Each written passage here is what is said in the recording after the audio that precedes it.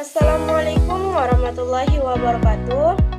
Halo semuanya, kembali lagi bersama saya Andini Rahmayanti dari kelas 10 ADP 4 ingin membuat video presentasi dalam mapel sejarah yang dibimbing oleh Ibu Ami. Mari saksikan saya dalam menjelaskan video yang terkait dalam materi pengertian sejarah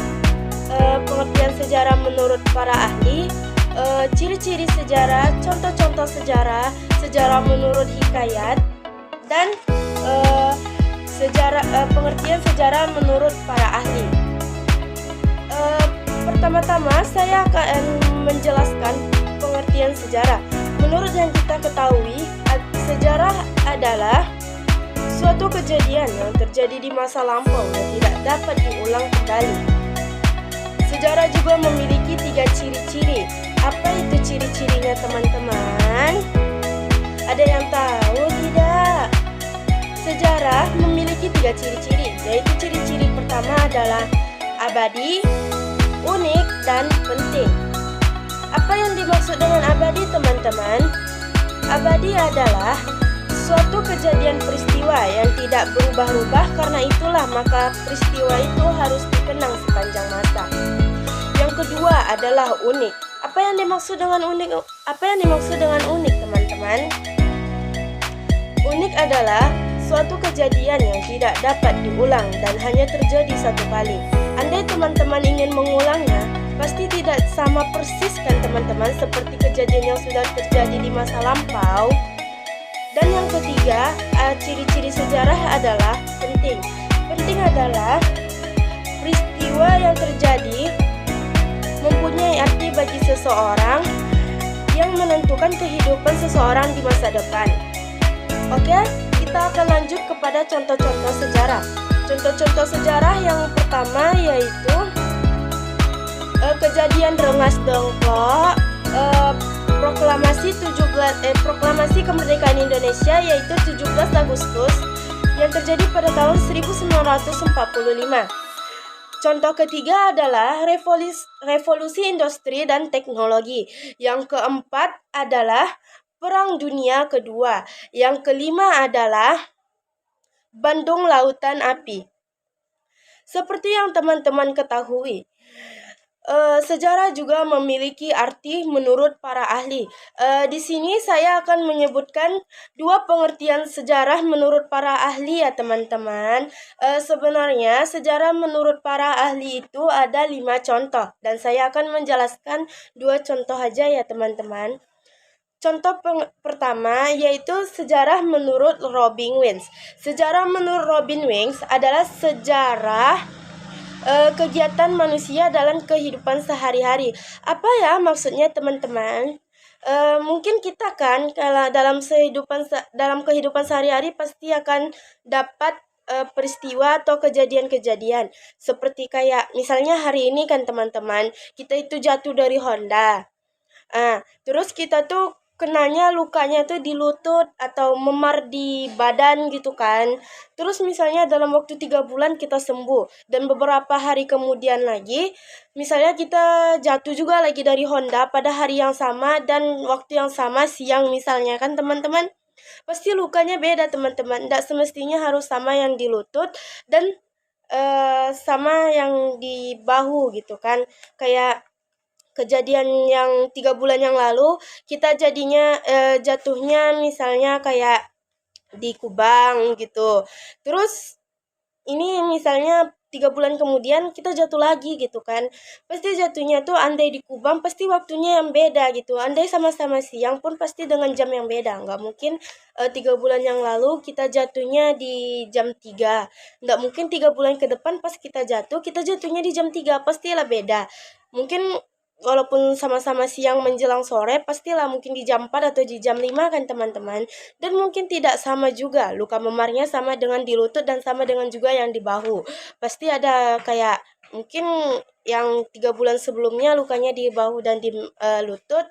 Terus yang 3 bulan ke depan ini mungkin ada yang dadanya memar atau yang lukanya di sekitaran wajah gitu kan teman-teman.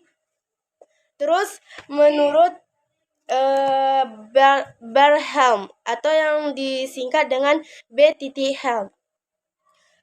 Menurut Barhelm ini, sejarah adalah sebuah ilmu yang menelusuri dan menempatkan peristiwa dalam waktu maupun ruang mengenai perkembangan manusia. Seperti yang kita ketahui teman-teman, seperti ginilah. Di tahun 2020 kita merayakan ulang tahun kan teman-teman. Terus kita merayakan ulang tahun itu misalnya siang lah jam-jam 1. Terus di ulang tahun kita ini kita akan mengingat-ingat kejadian dan peristiwa bahagia yang kita rasakan teman-teman. Mungkin kayak meniup lilin, bertepuk tangan, menyanyikan kue ulang tahun, memotong kue, makan bersama, dan mengucapkan selamat ulang tahun beserta doa-doa yang dilantunkan kepada kita kan teman-teman. Terus kalau misalnya kita satu tahun ke depan gitu kita ulang tahun lagi atau 2 tahun ke depan kita ulang tahun lagi kan, walaupun dengan tanggal yang sama atau kebetulan dengan hari yang sama, kan tidak mungkinlah kue kita juga sama, tidak mungkinlah orang yang hadir bakal sama, dan tidak mungkin juga penyusunan acaranya itu dengan hal yang sama juga kan teman-teman. Pastilah ada perbedaan yang kita ketahui. Walaupun udah terjadi di masa lalu kan 2 tahun yang lalu dan terjadi lagi di masa kini kan teman-teman, pasti kan adalah perbedaannya. Tidak mungkin semuanya sama. Terus ini konsep dasar berpikir sejarah. Konsep dasar berpikir sejarah itu ada 3 ya teman-teman. Yang pertama ada diakronis, sinkronis, dan kronologis. Diakronis adalah konsep yang menggunakan sifat sejarah sebagai suatu yang memanjang dalam waktu, tapi memiliki batasan ruang. Ya seperti itu teman-teman, dia bisa terjadi lagi, tapi dia tuh memiliki waktu dan ruang yang beda pasti kan teman-teman, dan pasti tidak memiliki kejadian yang sama, pasti ada aja yang membuat kejadiannya beda kan teman-teman. Terus sinkronis yaitu cara berpikir dengan mempelajari peristiwa-peristiwa sejarah dalam sebuah waktu, namun dengan ruang lingkup yang lebih luas dalam cara berpikir. Ini sejarah hanya mengakui peristiwa tersebut bersama aspek politik, ekonomi dan sosial, budaya dan menyertainya. Contohnya seperti ketika menganalisis pengaruh masuknya Belanda terhadap aspek-aspek tersebut. Seperti yang teman-teman ketahui, kita kan juga pernah dijajah gitu kan oleh Belanda, oleh Jepang. Pastinya kan memiliki kenangan dan peristiwa oleh seluruh masyarakat Indonesia. Itu kan kejadiannya itu kan di masa lampau itu kan, kayak mereka merebut rempah-rempah kita, mereka merebut harta kekayaan negara kita.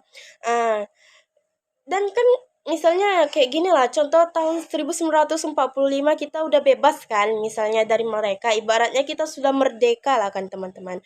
Tapi tanpa kalian sadari, inilah kita berdiri di tahun 2024. Tanpa teman-teman sadari, kita masih dijajah loh. Cuman dijajahnya tuh nggak sekejam cara kita dijajah dahulu. Dikerja paksa tanpa digaji, yang perempuannya pokoknya kayak dijual belikan gitu, dirusak, dan anak-anak perempuan tidak boleh sekolah, tidak boleh kayak memimpin suatu suku, bangsa, atau kayak suatu organisasi.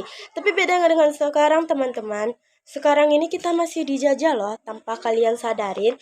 Buktinya dari kayak tentang kayak rempah-rempah kita, emang semuanya udah pasti rempah-rempah, semuanya pengolahan rempah-rempah orang Indonesia yang pegang.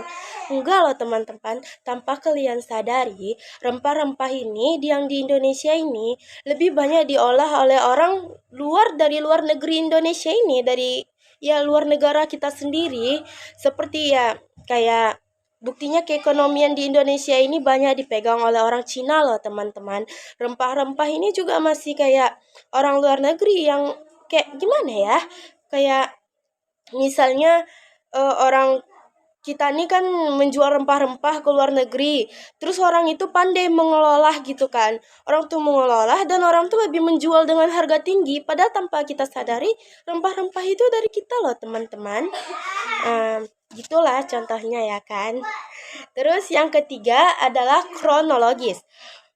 Kronologis yaitu konsep terakhir dengan berpikir cara menyusun peristiwa. Contohnya ialah peristiwa proklamasi Indonesia, diawali dengan bangunnya Bung Karno dan Bung Hatta ke Rengas Dengklok.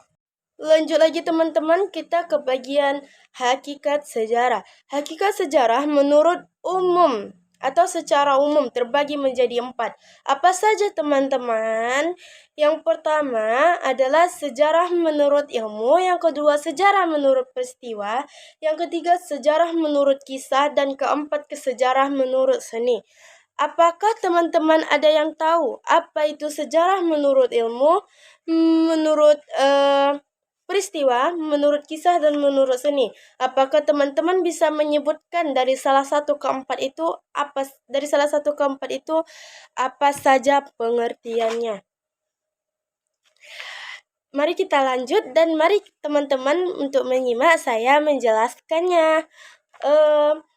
Seperti yang kita ketahui, sejarah menurut ilmu adalah sejarah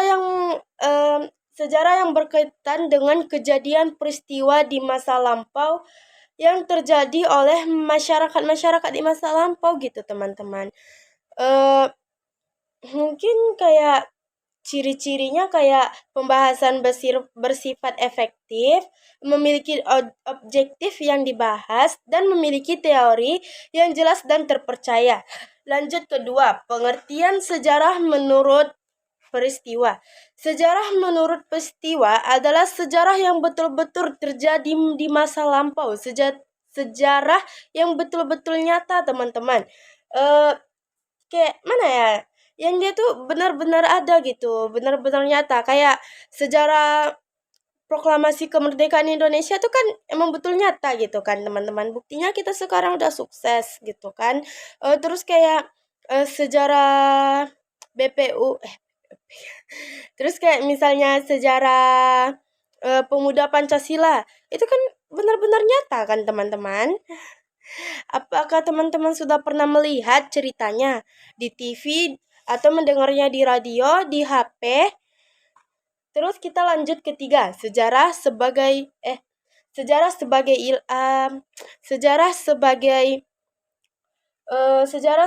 kisah. Sejarah sebagai kisah atau cerita mengacu kepada penulisan fakta sejarah oleh orang-orang yang telah memperoleh data atau mengumpulkan ide penulisan melalui bahan-bahan sejarah yang telah ia dengar. Lanjut ke pengertian sejarah menurut fakta. Sejarah menurut seni. Sejarah menurut seni adalah sejarah yang memahami sejarah sebagai sebuah cerita. Itu kayak misalnya kan seni nih. Kalau seni-seni ini kan pasti berbau-bau kayak tradisi-tradisi atau misalnya kayak adat istiadat sejarah kan bisa kayak sejarah menurut seni itu kan kayak mengajarkan kita apa sih seni dari Indonesia. Indonesia ini mempunyai seni apa aja sih gitu kan. Apalagi misalnya kalau seni itu kan termasuk dalam dongeng gitu kan. Jadi mungkin itu kayak sebagai cerita-cerita pelipur lara untuk diceritakan kepada cicit cucu dari nenek-nenek kita, kayak bagaimana sih kejadian dan perjuangan para pahlawan di masa lalu, kayak mana sih kayak kok bisa merdeka gitu. Pasti kan kita tahunya juga dari orang-orang yang terdahulu yang pernah ada di atas dari umur kita kan teman-teman. Terus seperti yang saya telah jelasin tadi, mulai dari apa itu pengertian sejarah, apa itu ciri-ciri sejarah, apa itu contoh sejarah, apa itu pengertian sejarah menurut para ahli, apa itu ini apa itu cara berpikir sejarah apa-apa aja gitu kan, ada berapa, terus hakikat sejarah. Mungkin dari beberapa yang saya sebutkan itu semoga bisa teman-teman pahamin